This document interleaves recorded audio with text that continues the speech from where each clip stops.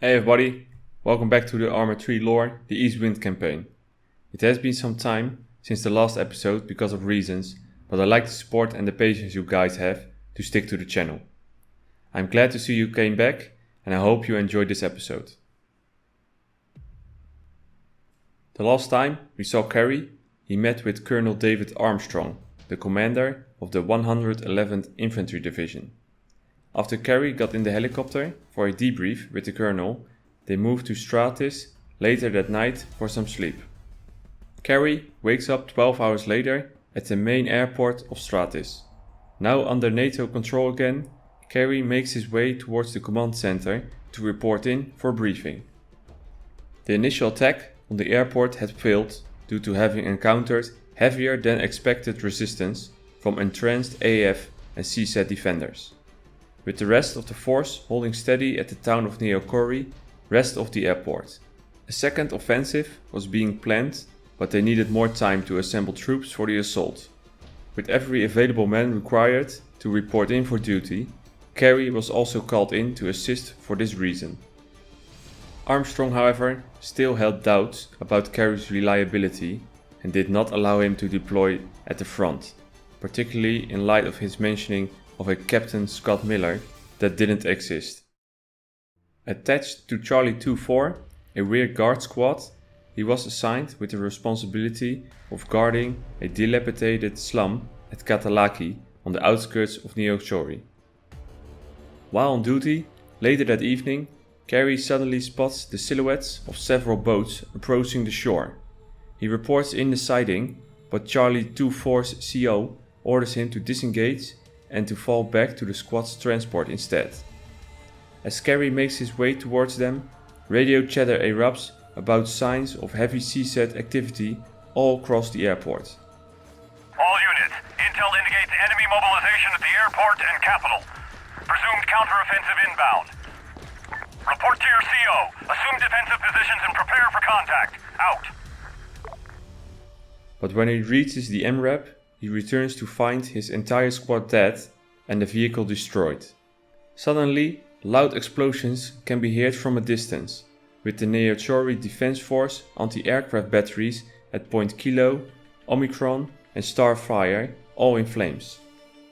Reports from other squads in the area also come in with the same information, and all contact with the entire frontline force is completely lost, and with the defense emplacement neutralized, CSAT gunships are free to fly in and wreak havoc on the NATO troops, with even the NATO-occupied AAC airfield soon coming under fire. Unsure of what to do, now his entire squad was eliminated, Armstrong tells Kerry to link up with two other mechanized reinforcements heading his way, Delta 3-1 and Delta 3-2, with orders to retake the front before too many CSAT forces can funnel through the breach. Then an urgent radio transmission is received by Armstrong with the caller demanding to speak to Kerry only. Kerry receives the transmission and discovers that it is from Nico Panagopoulos, the former second in command and now the leader of the FIA guerrillas. He informs Kerry of a group that were nearby and ready to lend their aid as needed. Now racing towards Neochori, two IFVs soon reach the tree line on the outskirts of the town. On arrival, Kerry takes command of the guerrillas and is assigned the call sign of Nomad. With the combined might of Kerry's guerrillas, Delta 3-1 and 3-2 dismounts and the IFVs, NATO forces are able to retake the defensive lines at Neochori and for the time being manage to hold it against further CSAT incursions. But before they can even catch their breath, Armstrong informs the defenders that a platoon of CSAT heavy armor was rapidly closing onto their positions. Making use of whatever anti-tank weapons and static launchers that were left at the outpost, and with the help of Delta 3-1 and Delta 3-2, the ragtag force is able to repel the CSAT offensive. Despite incurring heavy losses from the CSAT breakthrough, they are able to regroup and hold the line. At dusk the next day, the bulk of the NATO attack finally arrives and set up their artillery in preparation for the main assault. Kerry, meanwhile, was now officially placed in charge of Nomad and was sent to link up with his guerrilla squad mates to assist in the attack. Though NATO artillery had shelled the nearby CSAT AA battery at Point Texas, a platoon of mechanized AAF troops were still holding the factory complex beneath it near the town of Laka. It needed to be taken so that the force could advance to the airport. Joining up with his men, Kerry is shuttled towards the outskirts of the complex, where another unit, call sign Echo 1, were standing by and ready to assist. Nomad cuts his way through open field and the disorganized AAF defenders and eventually secure the complex with Echo 1's fire support. Having swiftly cleared his site, Nomad moved to the next phase of the plan, which was to regroup at the nearby LZ in order to rejoin the main assault. But before they can be picked up by the dedicated transport, however, the helicopter comes under AA fire from Point Texas. Armstrong orders Kerry to move in and clear Texas manually. Advancing uphill, under intense fire, they manage to fight their way through to the top and destroy the AA battery. Nonetheless, the main attack was already underway, and with their transport destroyed, Kerry and his team could do little but wait to be picked up and watch the show. Now that the airport had fallen under their complete control, heavy reinforcements could be safely brought into the fight. As evening began to fall, NATO forces advanced east and then south to the capital city of Pyrgos. Thanks to the distraction provided by other NATO forces elsewhere on a second front, the way towards the capital was now clear at last. As for Kerry, even though still part of Nomad, he was once reassigned under the watchful eye of another more trustworthy squad leader. Nomad formed a part of the mechanized convoy that driving its way through to the capital. Along the way, they are ambushed by AAF troopers holed up in the nearby warehouse at Point X-Ray. Forced to dismount, Nomad clears out the warehouse on foot and eliminates the last of the enemy troopers. A distress call then comes in from another unit, Charlie 2-3, who had also been ambushed on the way to Pyrgos and were now pinned down. At the same moment, NATO artillery also begins the second phase of shelling against the capital in preparation for the main assault. Nikos suddenly radios Kerry again directly and desperately tries to get him to cease the bombardment as civilian dwellings were being hit in the crossfire.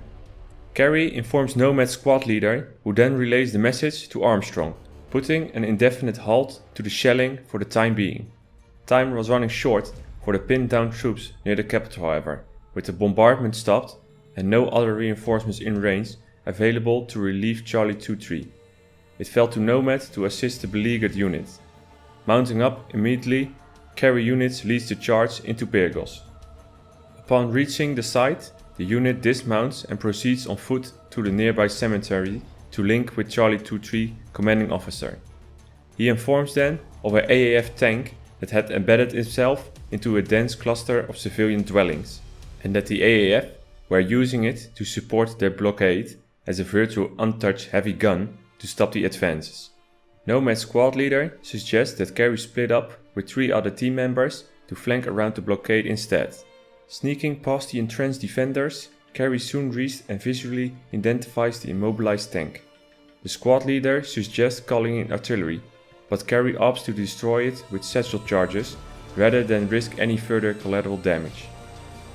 With the tank finally removed, the rest of the force is able to breach the AAF blockade, destroying the last of the defenders and paving the way for the rest of the city to fall under NATO control later that night.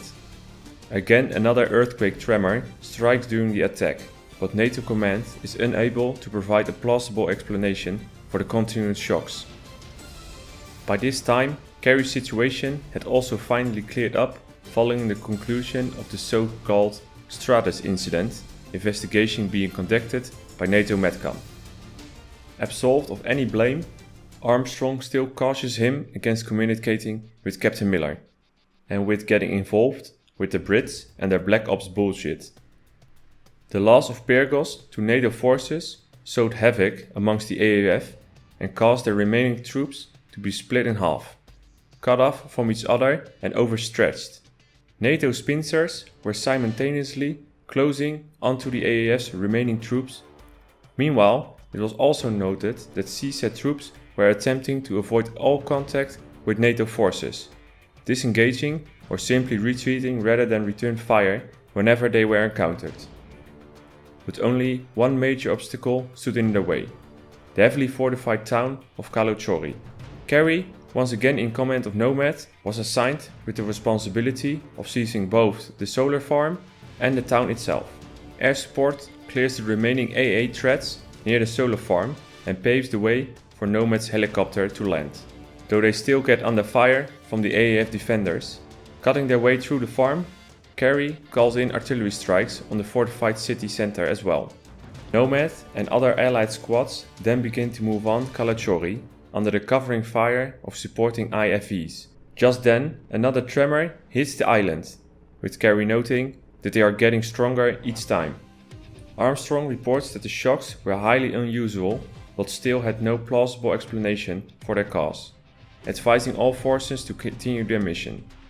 Soon after, the last of the AAF defenders are taken out, the town falls under NATO control. But they don't have much time, as reports come in of an AAF platoon of mechanized infantry heading their way to retake Kalachori in a desperate counter-offensive.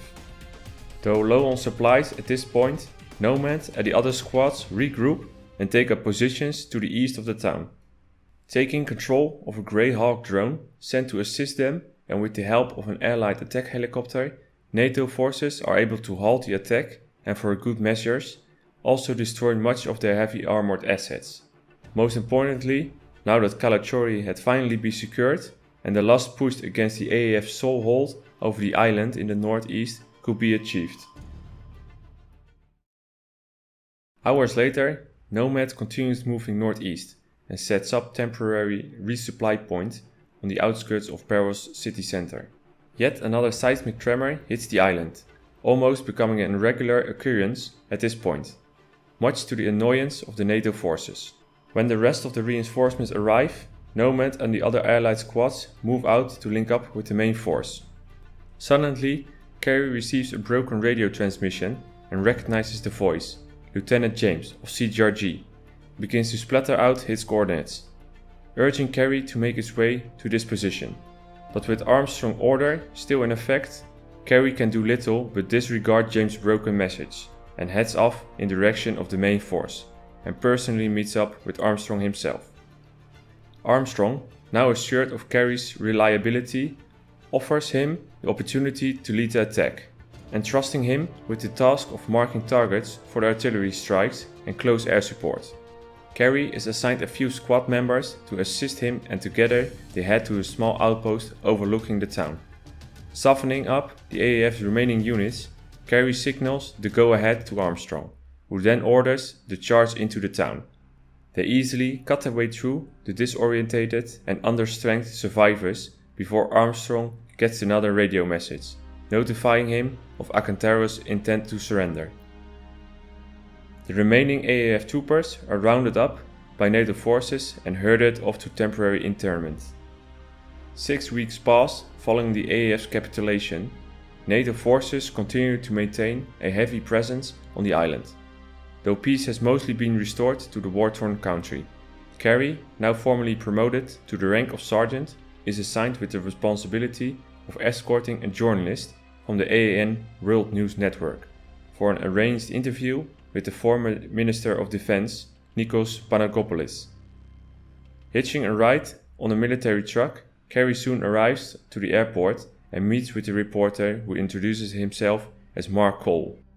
Taking one of the pre-arranged trucks that was parked for him at the airport, Kerry finds it to be low on fuel and diverts for the resupply at a nearby fuel station.